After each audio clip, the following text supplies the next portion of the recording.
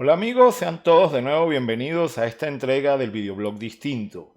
Hoy voy a hablarles acerca de un síndrome muy interesante que me ha ocurrido en mi vida y que creo que a todos también les ha sucedido. Yo le llamo el síndrome de la saturación. ¿En qué consiste esto del síndrome de la saturación y cómo nos puede afectar en un determinado momento, incluso en aquellas actividades, emprendimientos que más queremos y amamos? Hay que tomarlo en cuenta porque es uno de los aspectos que muchas veces no se consideran o no se hablan en el tema del emprendimiento o en cualquier cosa que hagamos en nosotros en nuestras vidas.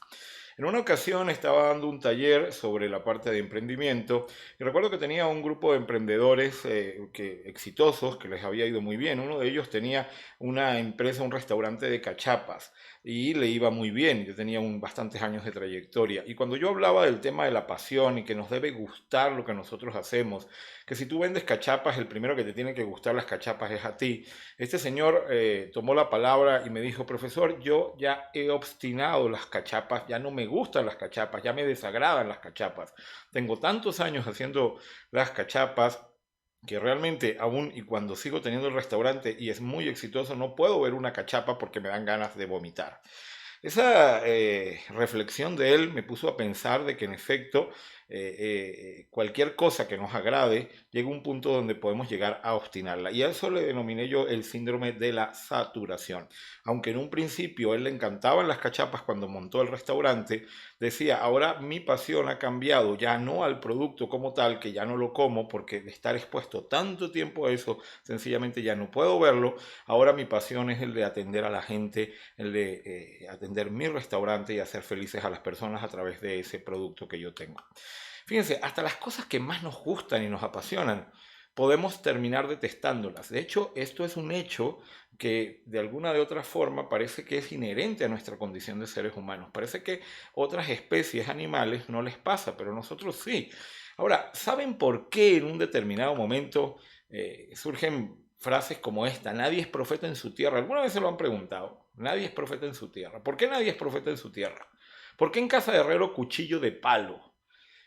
Son frases de sabiduría popular, refranes de sabiduría popular que no sé si se han puesto a pensar cuál es la razón de esto. Y la razón es justamente por esto, por ese síndrome de saturación, porque se obstinan de tanto hacerlo, de tanto verlo y oírlo.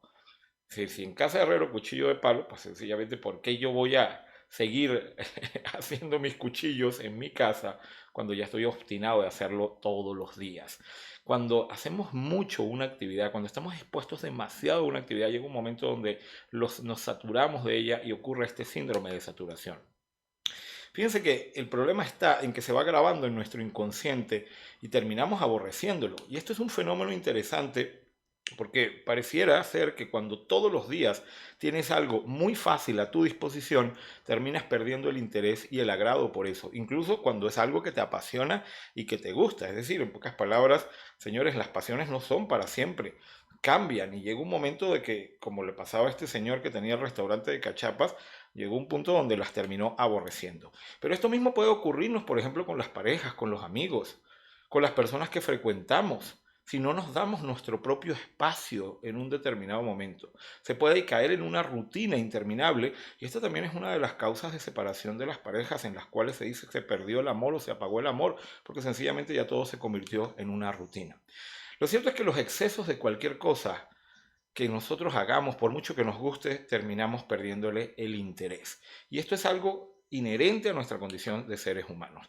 Lo podríamos explicar con esta curva, podríamos decir que esta es la curva del interés y la motivación. Por un lado tenemos la motivación va aumentando o es más baja o más alta dependiendo del tiempo de exposición que nosotros tengamos al estímulo. Entonces, si relacionamos, mientras más tiempo estamos expuestos a algo, mayor es el interés y la motivación.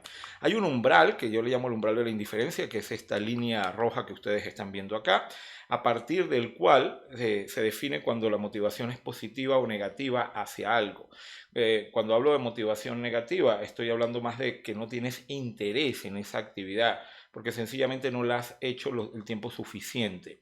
Entonces podríamos decir que la motivación negativa o es cuando está por debajo del umbral de la indiferencia porque no lo hemos hecho y sencillamente no rompe esa indiferencia ante esa actividad. Al momento que nos exponemos más tiempo a esa actividad y recibimos más ese estímulo, en ese momento va aumentando hasta que pasa el umbral de la indiferencia y se empieza a convertir en una motivación positiva.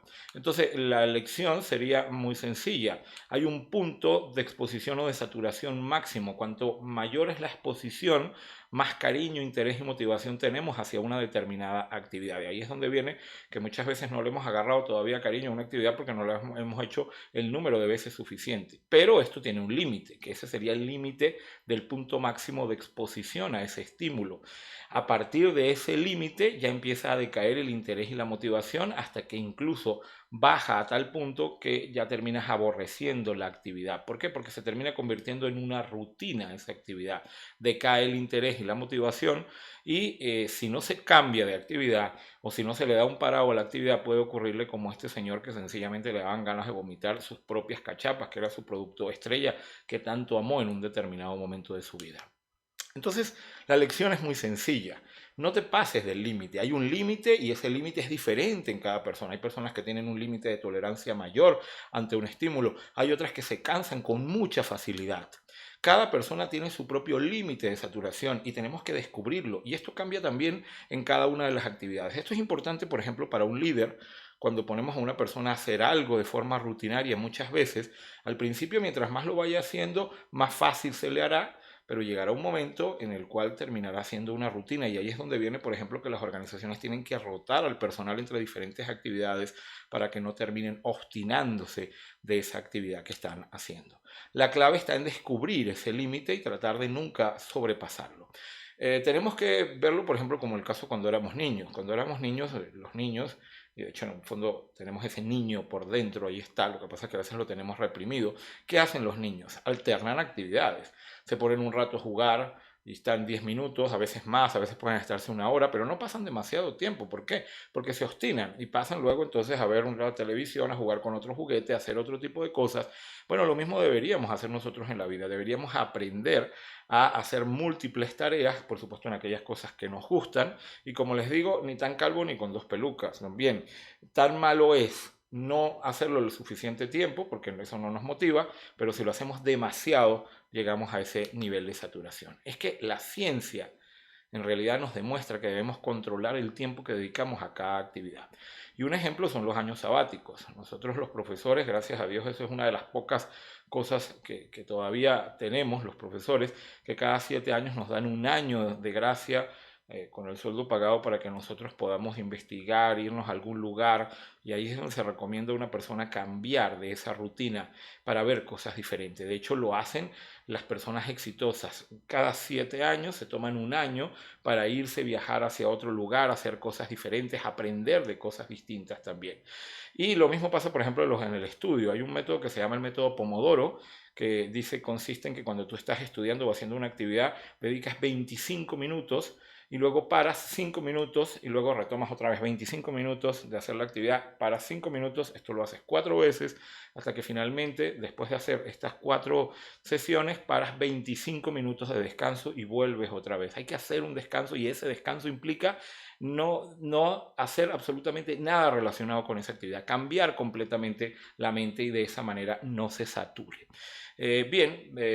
Piénsenlo, el síndrome de saturación nos ocurre a todos, en algunos en mayor o en menor medida, dependiendo de la personalidad y de cada uno de nosotros, pero ahí está presente y definitivamente creo que tenemos que tomarlo en cuenta cuando nosotros somos líderes y cuando somos emprendedores, para evitar ese hastío en una actividad que muchas veces nos gusta mucho, pero que terminamos aborreciéndola.